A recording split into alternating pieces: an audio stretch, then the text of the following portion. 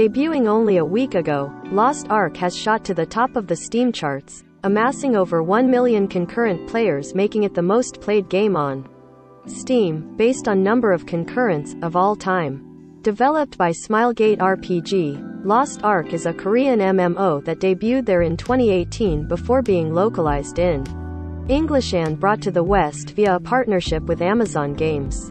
Though it's only been around in the US and Europe for a short time, it has over 200,000 viewers in Twitch right now and has beaten games like Dota 2, CS, Go, and PUBG an all-time number of concurrent players on Steam. So what the hell is a Lost Ark anyway?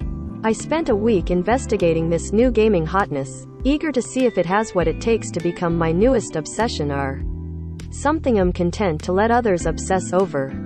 Lost Ark is a free-to-play MMO that plays like Diablo.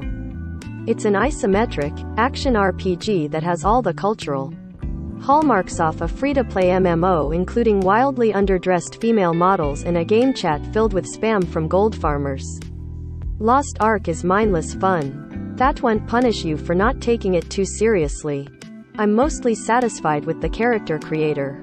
A rainbow color wheel ensures you can be more than just a couple of shades of black, and there are tons of sliders to fiddle with to make your character look exactly as you want. Lost Ark also correctly understands that there are more kinds of ethnic hairstyles than dreadlocks and afros. However, it doesn't have more than a couple styles for kinky-haired people like me. When you start the game, you pick your class before you get to the character customization, and I find it very strange that some classes in Lost Ark are gender-locked.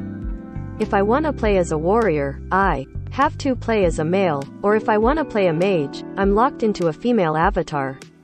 Each class has a number of specialized subclasses that you must choose immediately after picking your primary class.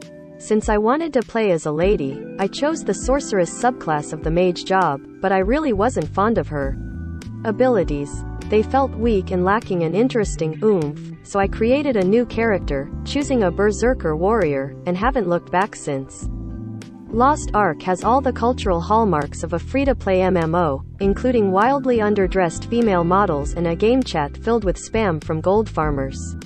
Combat feels pretty decent. You're given a number of abilities at the start that you can chain together to unleash some powerful combos, which are necessary in dungeons when enemies outnumber you 20 to 1. It's satisfying hitting a bunched-up group of trolls with a devastating sword blow, felling them all in a single hit. It's equally fun to spin in a circle, pulverizing the enemies dumb enough to approach my whirlwind of death.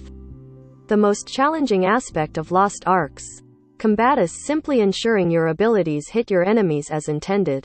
Using a mouse to move will oftentimes face you in the wrong direction, making your attacks bounce harmlessly into space, and, thankfully, if click to move doesn't work for you, Lost Ark has controller support. If there are mechanics involved in sussing out an enemy's weakness, then using that to your advantage to win, I haven't found it.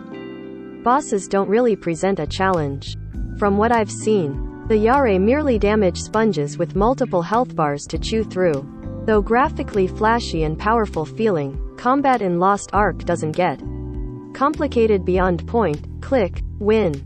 The game throws an overwhelming number of systems and bars at you to keep track of, but most can be comfortably ignored. There's a standard experience bar and a roster bar that oversees all your characters on a given server, granting slight health and strength bonuses whenever it levels up. Throughout your travels, you can earn a dizzying number of items. Beyond normal loot like armor, weapons, and potions, there are also story items you can pick up that serve no purpose beyond right-clicking them to add them to your journal. I sometimes don't understand what Lost Ark is telling me. It's a little too much information to absorb, and the game doesn't make it seem like you're missing too much by not reading tooltips too closely.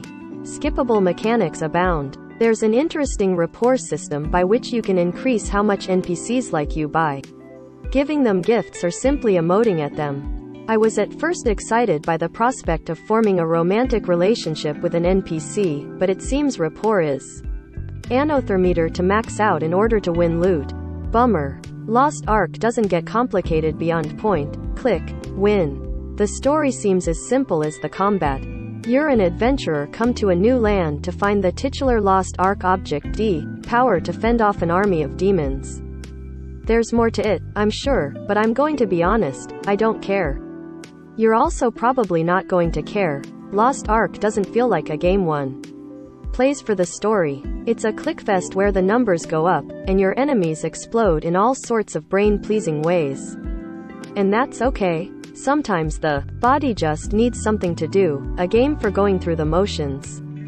Lost Ark serves that up just fine. I really did try to absorb and understand everything the game was shepherding me through, but after the fourth quest of talk to this person, then click this thing right next to them, then talk to them again, then click the thing again, I gave up. I had a far more pleasing experience when I dispensed with trying. Instead, I thoughtlessly clicked my way through Dungeon Sand quests while the third season of Downton Abbey played on my second monitor. Lost Ark's sudden and precipitous rise might be because it fills the Diablo IV-shaped hole in the hearts of those still waiting on that game's release date.